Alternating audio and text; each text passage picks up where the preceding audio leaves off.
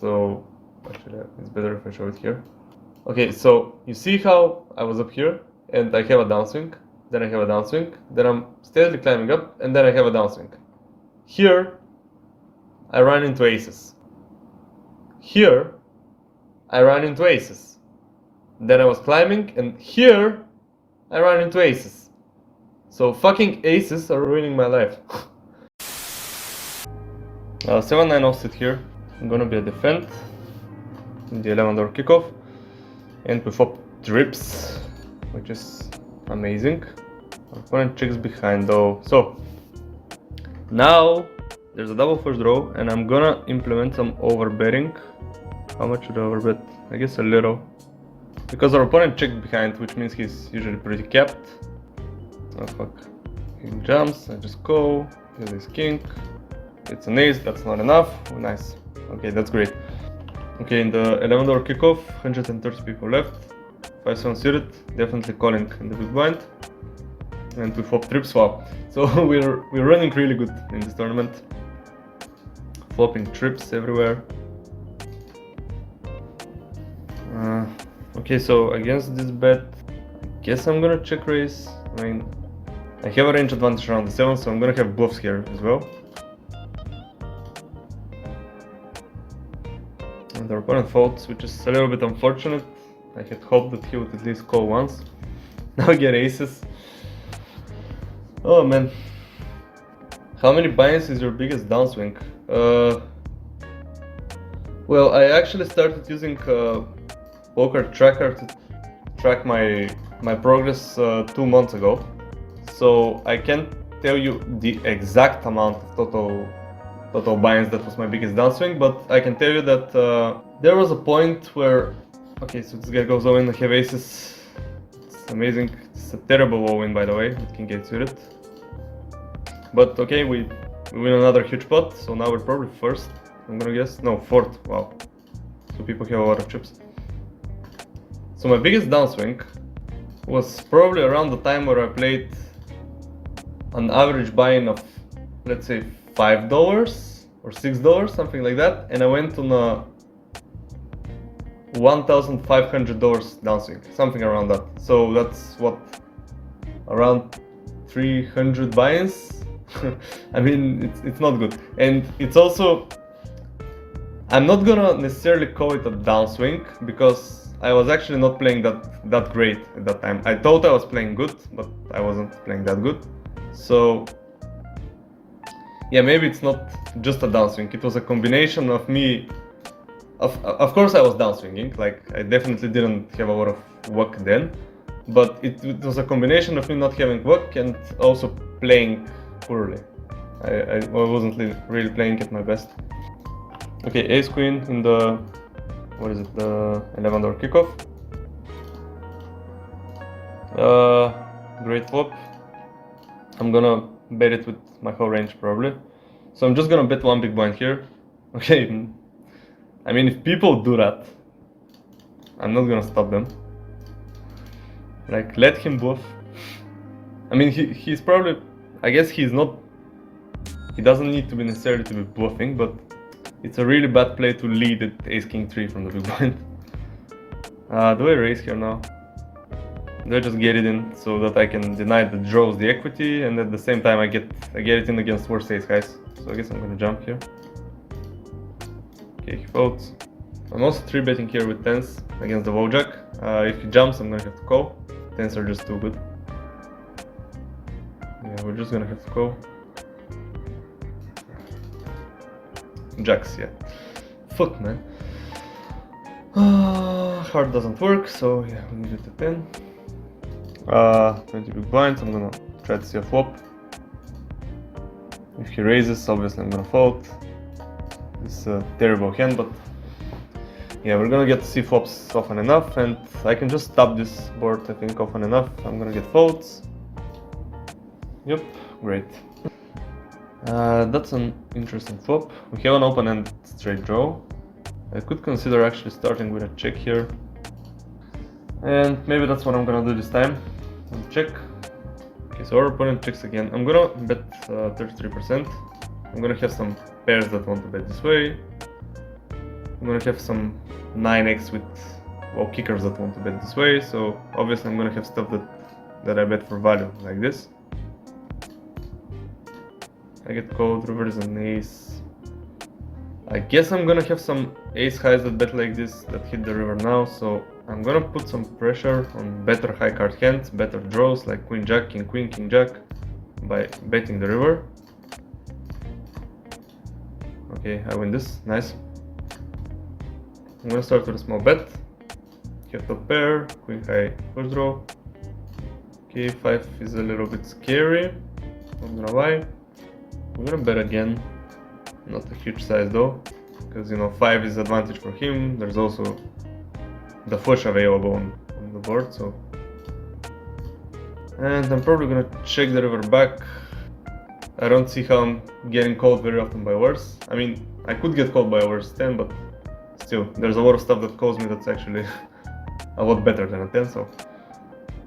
Okay, pocket 3s. I'm also gonna call here for big blind all in with queen 10. Queen 10, 9, ace, nice. Okay, so a nice spot here. Underdog raises, he gets 3-bet. And we have ace king, so definitely gonna go for this. And let's hope we win.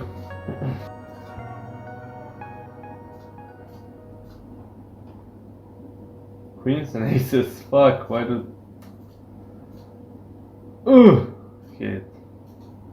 Okay, we get queens. Lots of short stacks, so I'm just gonna min raise. This guy has 27 big blinds and he jumps, okay. Tens, jacks, everything that we beat. Yeah, tens. Okay, so let's hold. Nice. Ooh, I got scared there for a moment. Okay. Oh, I fucking killed it. Nice. So 1,100,000 chips. So king queen offsuit in the under kickoff. And we flop top 2 pair against the 10 big blind stack. I'm just gonna bet 1 big blind as I would usually with my whole range on this board. Hopefully we get jumped on or something like that.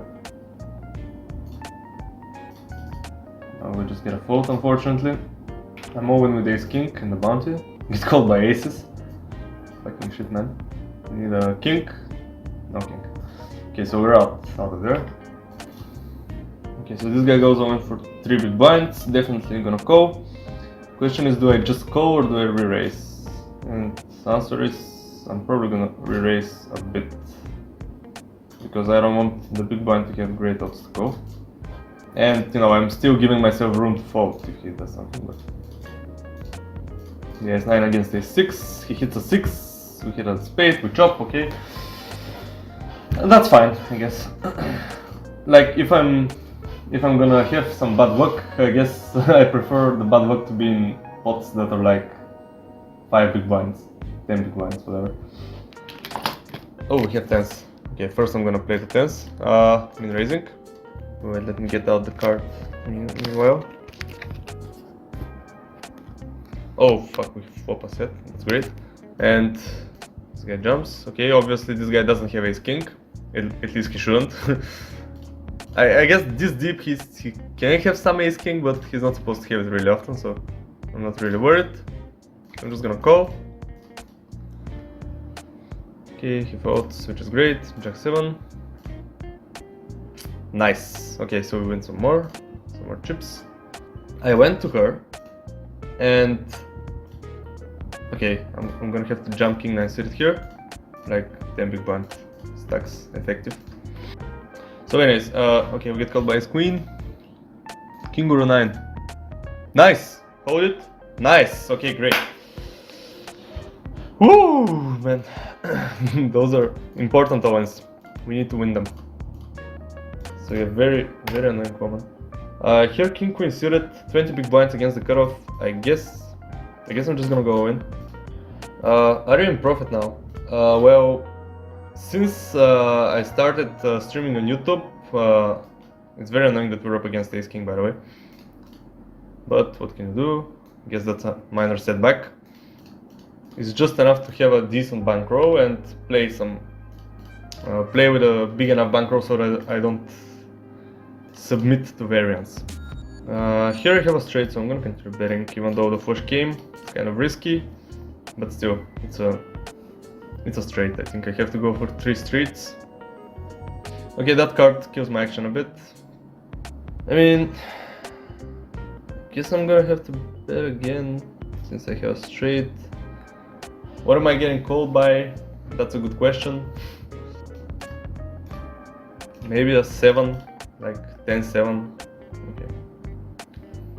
So here, defending king 8 suited. It's a... Ooh, nice. That's a nice one. Okay, so I'm really running good at this tournament. In this tournament. Let's see. This guy is very likely to bet here. And he checks. As soon as I say that he's very likely to bet. Okay, let's see. We have 2 pair. There's a flush on board. I have a range advantage around the flushes, definitely. Question is, can I raise? I'm gonna call. There's an argument for raising, but there's an argument for hitting a full house on the river as well. No, that's a good argument. Why raise when you can just call, hit a full house, and life is good? Okay, so now I really have to think. If I check, it's very likely that this guy checks behind. He's not gonna try to wrap a king. So I think I'm gonna have to bet. And just hope that this guy has some kind of flush that he can call with. I don't think this guy is gonna bluff in position a lot, so... And maybe this guy has a flush, but then he's gonna call also, so... Because usually if he has a flush, it's gonna be the nut flush, the ace high flush. Okay, let's hope to get called by ace 5 of clubs, for example. No, we don't. Oh, well, that's fine.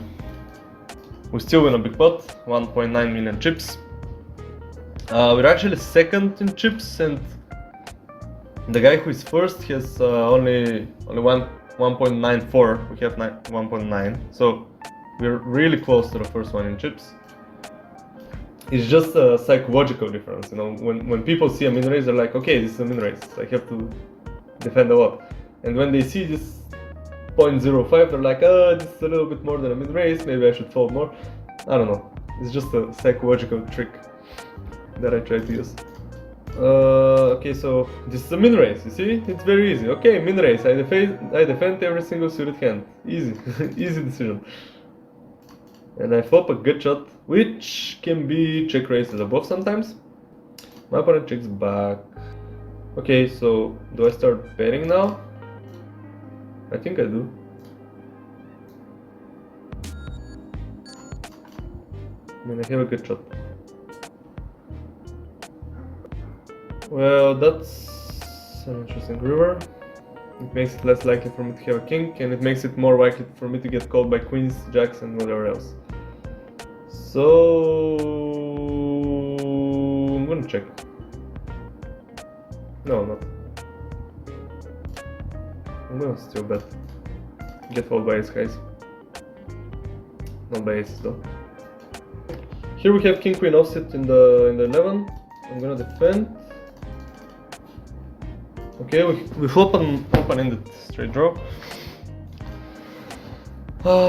So there are definitely, you know, worse hands that I'm gonna use as check raise bluffs here. This is one of the hands that I'm gonna just check call with. Definitely would have preferred a 9, not an 8. Okay, my opponent checks back though. I think it's very likely for me to have some kind of involvement around that 8, so king queen is probably one of the worst hands that I could have. So I'm gonna turn it into a bluff. I get called by aces again. Jesus Christ, man. People and aces. I hate running into aces actually. Okay, so I'm gonna explain what I told here and why I bluffed. So basically when this guy bets the flop and I call, I could easily have 9-7, 9-8, 8-7, Queen 8, and a lot of stuff, Queen 9 as well, and a lot of stuff that, wait, I'll explain later. We have pocket 5s now. I'm gonna raise. Okay, ace high board, so I'm gonna continuation bet it, as I should with my whole range on this board. We get check raised. I can definitely fold here now. So let me continue. Queen 9, Queen 8, 8 9, 9 7, 7 8. A lot of stuff that when the 8 hits, it connects. It makes some kind of either a straight or it makes a pair. So basically, the worst high card hand that I could have is probably King High, and that's why I decided to turn it into a bluff. Okay, let's fucking go. We come back and we see Ace King. That's great. I'm gonna 3-bet. 3-bet to a really small size because you know, he's short. He has only 20 big blinds. That's how I would 3-bet my bluffs also. And if he goes all in, I'm gonna have to call. To call and hope for the best. Ugh. Okay, he doesn't go all in. So we just win it pre-flop. We get moved to a new table, we're together. Okay, so I'm gonna raise. Obviously hoping for folds. If we can just win 100,000 chips here, it's great. Let me drink my water as this guy folds.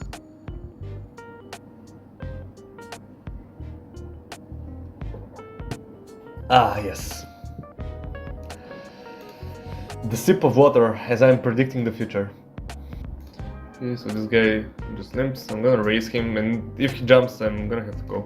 It's a blind versus blind spot, so even though there's ICM, I think 7s are too far up in the blind versus blind spot to fold. Ace high. So, first thing I'm thinking about, a lot of his ace highs are all in pre-flops, so he shouldn't have a lot of ace highs. So I'm gonna start betting because I have an advantage around the ace highs, and at the same time, I want to protect against some overcard. So yeah, for example, if he has 10-8 suited here or 10-9 suited, and I bet like this, he's gonna fold. But if I check and the turn is a 10, well, that's bad, because now I'm losing. So that's why I started with a bet, and my opponent Kaiba, Seto Kaiba, he folds, so that's great. An ace queen for 20 big blinds, it's gonna be a really good all-in actually from here. So we're gonna jam it and hope for the best. Wish me luck. We get called by aces. No. Oh, it's the third fucking time I'm running into aces. So tired of aces. Defending 5-7. Hit nothing. Fucking shit. He's gonna bet and I'm gonna fold. Oh. Okay, so of course. I guess I'm gonna have to bet now.